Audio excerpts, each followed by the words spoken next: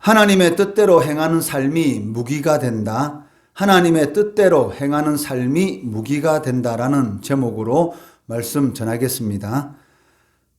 수전절에 성전한 솔로몬 행각에서 거니시는 예수님을 유대인들이 애워싸면서 반광제적으로 자신의 정체를 밝히 드러내라라고 요구하고 있습니다.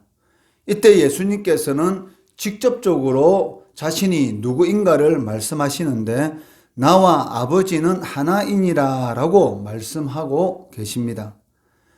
유대인들의 요구대로 자신의 정체를 비유가 아닌 알아들을 수 있도록 직접 밝히신 것입니다.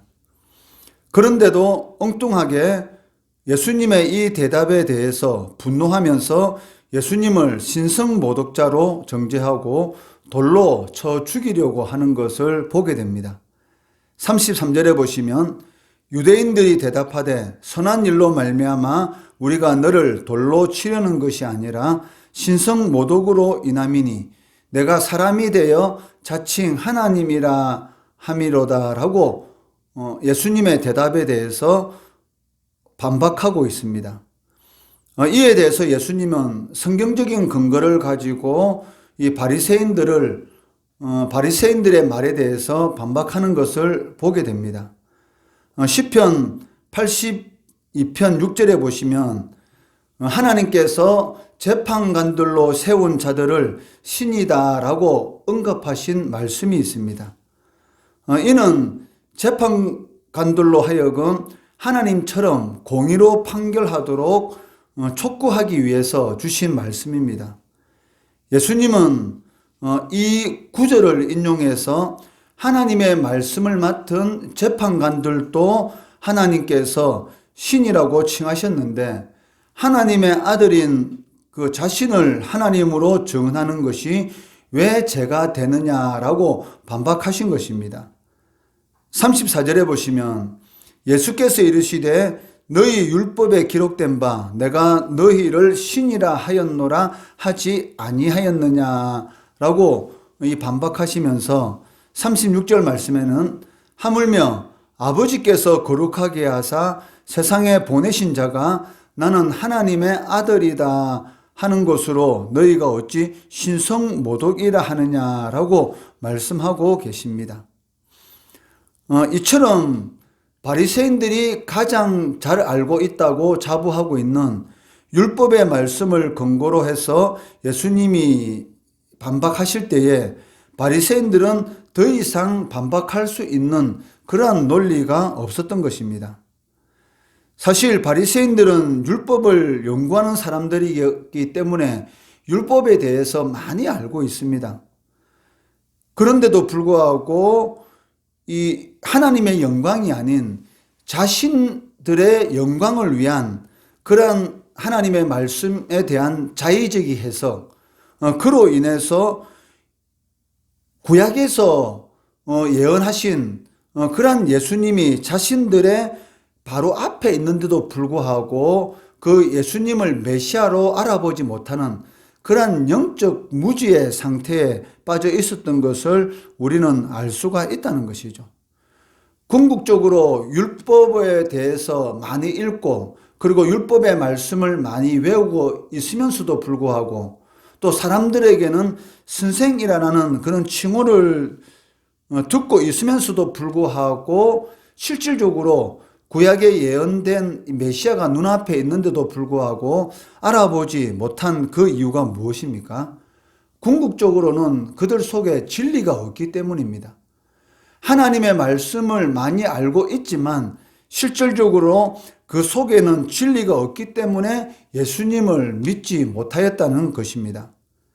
요한복음 8장 45절 말씀해 보시면 내가 진리를 말함으로 너희가 나를 믿지 아니하는도다 라고 말씀하고 계시다는 것이죠. 이 말씀은 이해하기 어려운 말씀이지 않습니까? 예수님께서 진리를 말씀하셨는데 반대로 진리를 말씀하신 예수님을 믿지 않는다. 이런 일들이 실제적으로 일어날 수가 있다는 것이죠. 오늘날을 한마디로 말하면 말씀의 홍수 시대다라고 말을 할 수가 있습니다. 홍수가 일어날 정도로 많은 말씀이 있는데 실질적으로는 이 홍수 때는 그 물을 마시지 못하는 것처럼 실질적으로는 이 들을 말씀이 없는 그러한 세상을 어떻게 보면 우리가 살아가고 있다는 것이죠. 말씀은 많지만 들을 말씀이 없는, 즉 다른 말로 말하면은 말씀을 많이 듣고 있지만 실질적으로는 들은 말씀이 없다는 것이죠. 그러니까 말씀은 많은데 들은 말씀이 없는, 그 속에 하나님의 말씀이 전혀 없는 그런 세상을 지금 우리들이 살아가고 있다라고 말씀할 수가 있습니다. 즉 이 바리새인들과 마찬가지로 많은 말씀이 있고 많은 말씀을 실제적으로 듣고 있다 했지만은 전혀 그 속에는 말씀이 없고 진리가 없는 그런 삶을 오늘날 사람들이 살아가고 있다는 것이죠. 그렇기 때문에 어떤 일을 당하게 되면 그 일이 하나님으로부터 온 것인지 아니면 사탄으로부터 온 것인지 전혀 영적으로 분별하지 못하는 그러한 무지 속에서 살아가는 그 많은 성도들도 있는 것을 볼 수가 있습니다. 이어서 예수님께서는 자신이 행하신 일들이 하나님 아버지의 뜻과 다른 것이 아니라면 정죄하고 믿지 말라라고 말씀하고 계십니다. 37절에 보시면 만일 내가 내 아버지의 일을 행하지 아니하거든 나를 믿지 말라라고 말씀하고 계십니다. 즉 예수님께서 많은 일들을 행하셨습니다. 그 일들 가운데 너희들이 보기에 하나님의 뜻과 다른 그런 모습이 보이게 되면 나를 믿지 말라라고 하신 것이죠. 이 말씀은 예수님이 하신 모든 일들은 하나님의 뜻 가운데서 행해졌다라는 그런 의미를 지니고 있습니다. 사람이 하는 말은 언제든지 거짓되게 꾸밀 수가 있습니다.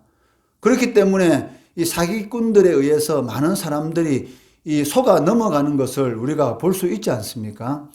그러니까 말은 이 거짓되게 꾸밀 수가 있지만 그렇지만 그 행한 일은 그 사람의 정체와 인격이 적나라하게 나타나게 된다는 것이죠.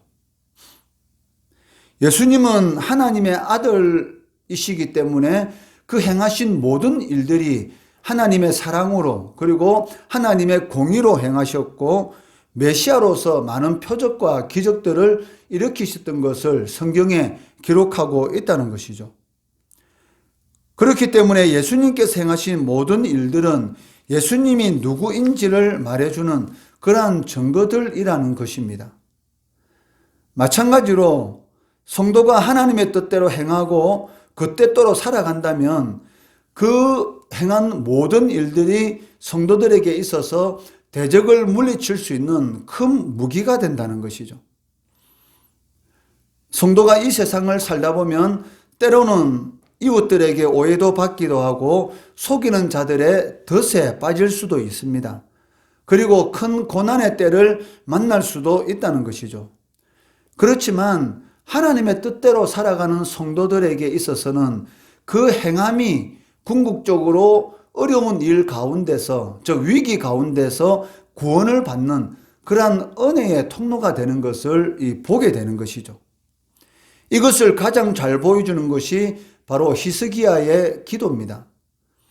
이사야 38장 3절 말씀해 보시면 여호와여 구하오니 내가 주 앞에서 진실과 전심으로 행하며 주의 목전에서 선하게 행한 것을 기억하옵소서 하고 히스기야가 심히 통곡하니라 라고 기록하고 있습니다. 히스기야가 하나님 앞에 이렇게 심히 통곡한 이유가 무엇입니까? 자신이 죽는다는 것이죠. 너가 이제 죽을 병에 걸렸기 때문에 얼마 살지 못할 것이다.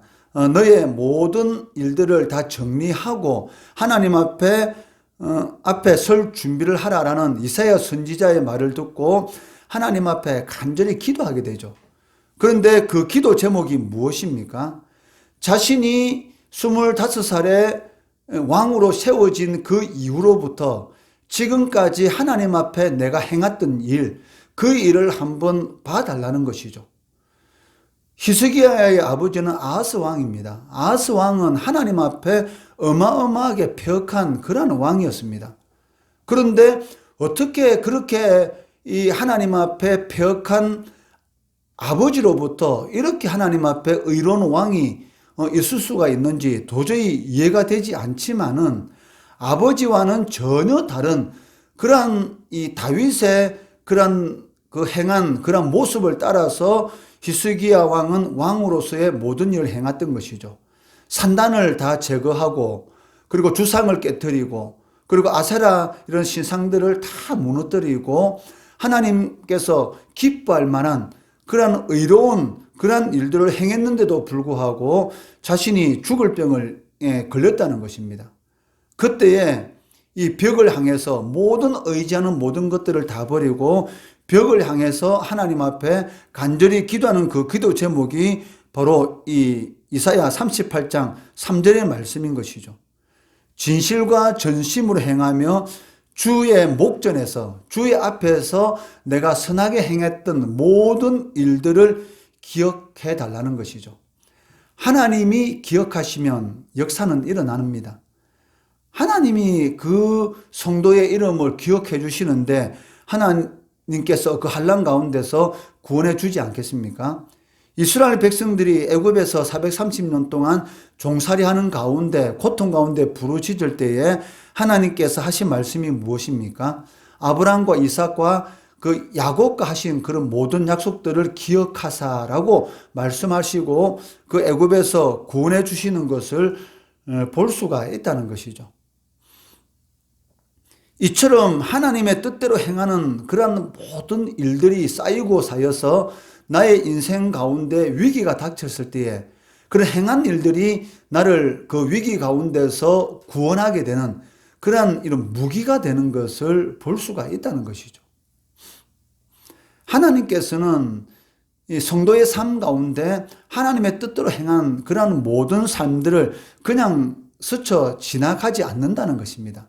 반드시 기억해 주시고 우리가 어려움과 고통과 환난 가운데 있을 때에 그 가운데서 건져주시는 그러한 역사를 행하는 것을 성경의 역사를 통해서 우리가 알 수가 있습니다. 예수님께서는 자신을 죽이려고 하는 종교 지도자들의 손을 벗어나서 성전 밖으로 나가십니다. 39절에 보시면 그들이 다시 예수를 잡고자 하였으나 그 손에서 벗어나 나가시니라 라고 기록하고 있습니다. 예수님께서는 종교 지도자들의 요구대로 자신이 누구인지를 밝히 전가하셨습니다. 그러나 진리가 그 속에 없었던 종교 지도자들, 불신앙의 눈이 먼 종교 지도자들은 오히려 주님을 죽이려고 하였고 그 때문에 예수님은 결국 성전을 떠나가신 것을 볼 수가 있고, 예수님께서 나귀 새끼를 타고 예루살렘에 입성하는 그 시간까지 다시는 예루살렘 성 안으로 들어오시지 않는 것을 우리가 알 수가 있다는 것이죠. 이 모든 사건은 이 수전절이라는 이스라엘 백성들이 지키는 그 절기에 일어난 일이었습니다. 이 수전절은 다른 말로 하누카라고 불리기도 하고 빛의 절기라고 이렇게 불리고 있습니다. 왜냐하면 이 시리아 왕인 안티오쿠스 에피파네스가 그 예루살렘 성전을 이 우상으로 더럽혔을 때에 BC 164년에 그 이스라엘 백성들에 의해서 이 예루살렘 성전이 다시 이렇게 회복되게 됩니다. 그러니까 이 시리아 왕과의 이 전쟁을 통해서 이 예루살렘 성을 회복한 그런 우상으로부터 회복한 것을 기념하는 절기가 바로 수전절의 절기이고, 다른 말로 하누카라 하고 빛의 절기라고 이렇게 부르고 있습니다. 그런데 예수님이 성전에서 나가셨다라는 이 말은 무엇을 의미하고 있습니까? 그러니까 사도 요한이 굳이 예수님께서 성전을 나가셨다라는 이 말씀을 기록할 필요가 없는데도 불구하고 기록하신 그 이유가 무엇이냐면, 빛의 절기인데도 불구하고 실질적으로는 참빛이신 예수님이 예루살렘 성전 안에 없었다는 것이죠. 그러니까 기쁘고 즐겁고 행복해야 될 그 우상으로 더럽혀진 성전을 회복한 절기인 수전절에, 그리고 빛의 절기인 수전절에 참빛이신 예수님이 그 성전에 없다. 이러한 것을 사도 요한이 지금 말씀하고 있다는 것입니다. 즉, 있어야 될 그 예수님이 없음으로 인해서 그 빛의 절기가 궁극적으로는 어둠이 된 것이고, 그 어둠을 통해서 진정한 기쁨과 행복이 없는, 겉모습은 절기이지만 실질적으로는 이 절기로서의 기쁨을 누리지 못하는 그러한 상태가 되었다라는 것을 사도 요한은 말씀하고 있다는 것이죠.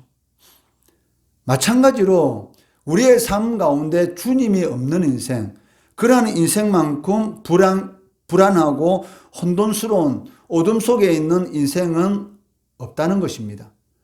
다윗이 바세바를 행하고 죄를 행했을 때에 다윗이 하나님 앞에 간절히 기도한 그 기도 제목이 무엇입니까? 단 한 가지였습니다. 즉, 자신을 떠나지 말아달라는 것. 왜냐하면 다윗은 그것을 너무나 잘 알고 있습니다.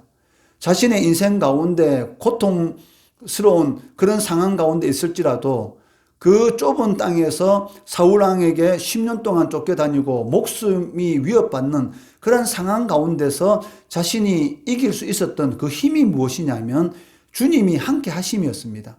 천만인이 자를 둘러 진친다 할지라도 두려워하지 않는 것은 주님이 나와 함께 하심이라. 그러니까 그 어려운 위기 상황 가운데서 다윗이 궁극적으로 왕으로 세워질 수 있었던 그 힘은 하나님의 함께 하심인 것이죠. 이것을 다윗은 너무나 잘 알고 있기 때문에 주님이 없는 인생은 생각할 수조차 없는 그런 인생이었습니다.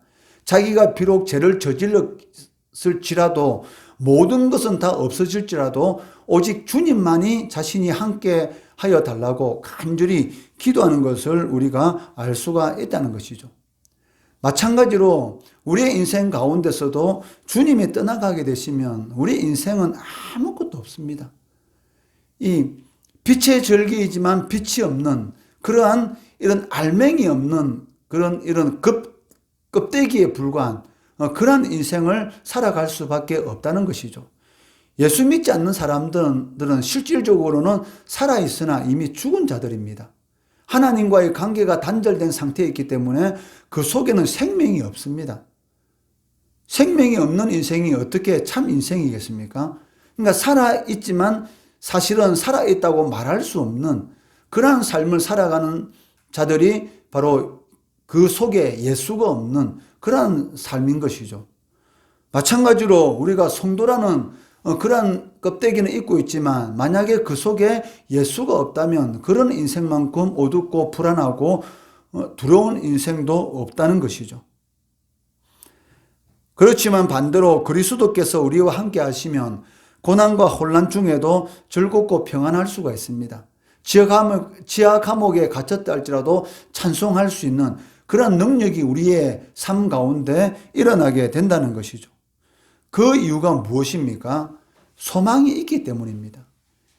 예수를 믿게 되면 어떤 상황 가운데 있을지라도 이 소망, 다시 일어설 수 있다는 그런 소망이 있기 때문에 낙심하지 않을 수가 있다는 것이죠. 그러므로 성도라면 항상 마음속에 참빛이신 주님께서 계시도록 우리의 마음을 청결하게 하고 하나님의 말씀에 순종하고 주님을 사모하는 그러한 삶을 살아가야 한다는 것입니다. 그럴 때에 성령의 전인 우리 안에 주님께서 영원토록 우리와 함께 하시고 어떤 상황 가운데 있을지라도 회복의 은혜를 베풀어 주신다는 것이죠. 이런 은혜를 누리시는 우리 성도들 되시기를 주의 이름으로 축원합니다.